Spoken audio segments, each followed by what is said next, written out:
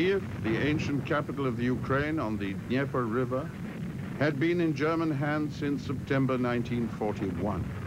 Soviet moves to retake the city began in October 1943, but no real foothold from which to launch an offensive could be gained until early November. Both sides were evenly matched in numbers in the air, although about 70% of the available German aircraft were bombers.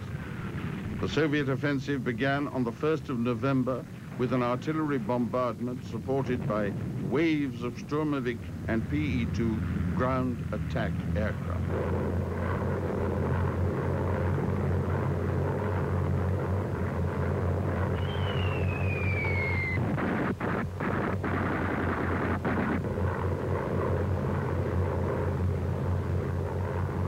After 6 days of fighting, Kiev was liberated.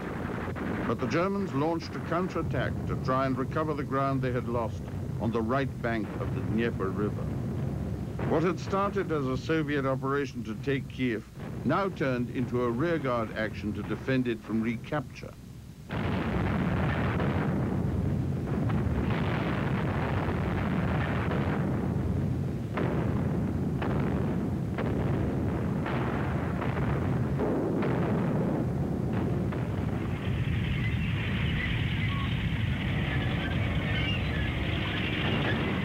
Fighting continued through November and into December 1943.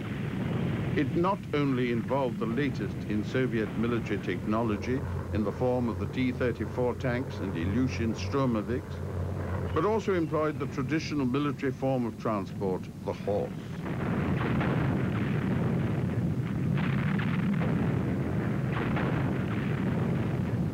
By the end of 1943, large areas of the Ukraine taken by the Germans early in the war had been recovered. Further south, the Red Army had been successful in sealing off the Crimean Peninsula.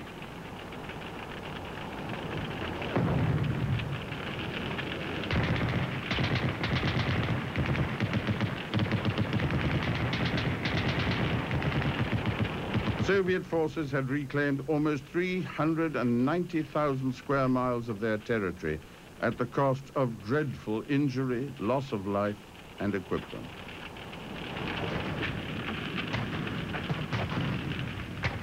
The Soviet counteroffensive was gathering momentum. It was regaining important agricultural and industrial regions and establishing the conditions under which the final assault against Germany would be launched. At this point in the war, Soviet sources claim to have destroyed 20,000 German planes, about 25,000 tanks, and 40,000 guns.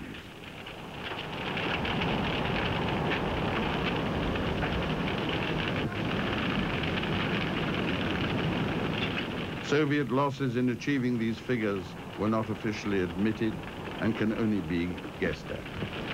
As pictures of Kiev after its liberation show, the physical damage caused by the war was devastating. The emotional dislocation and trauma suffered by the civilian population cannot be imagined.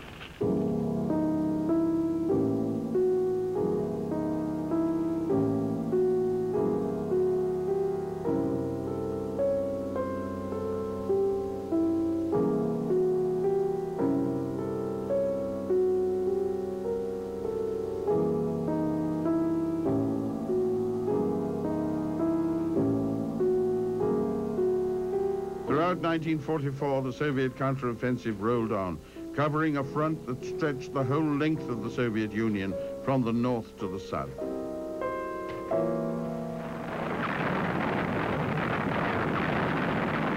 In the south, the Crimean Peninsula was regained. In the north, the long-suffering city of Leningrad was relieved.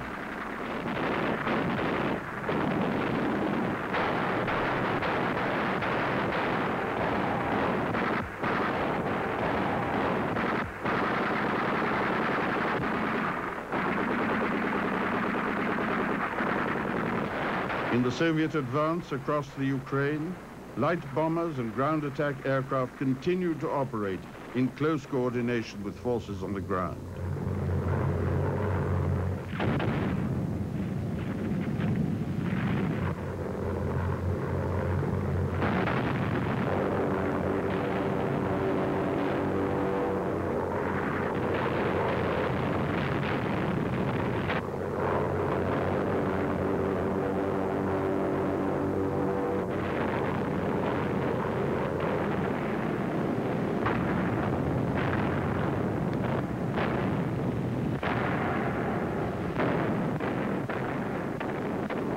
Operation Bagration, the push to clear Belorussia and open the way to Europe, began 3 years to the day after Hitler's Operation Barbarossa swept into action.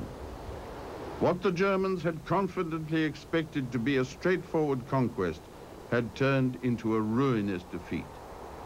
1/3 of the Soviet air strength in Operation Bagration was made up of Sturmoviks, now so strongly identified with the Soviet Union's resurgence in the Great Patriotic War. Their precise low-altitude strikes cleared the Germans from their concrete pillboxes. As always, they withstood heavy enemy fire.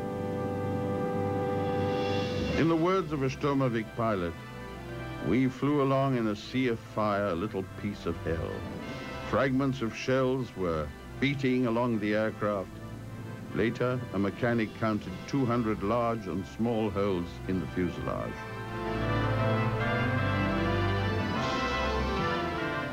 By July the 4th, 1944, Operation Bagration was over. Hitler's armies had been expelled from Soviet soil.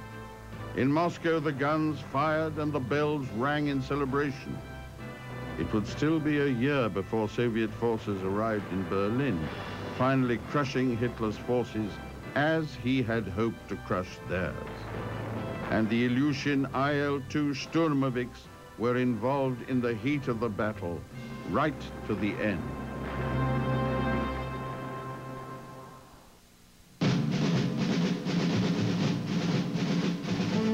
Coming up next, engineers design a perfectly symmetrical Navy fighter as our all-day aviation extravaganza continues. Happy New Year from the Discovery Channel.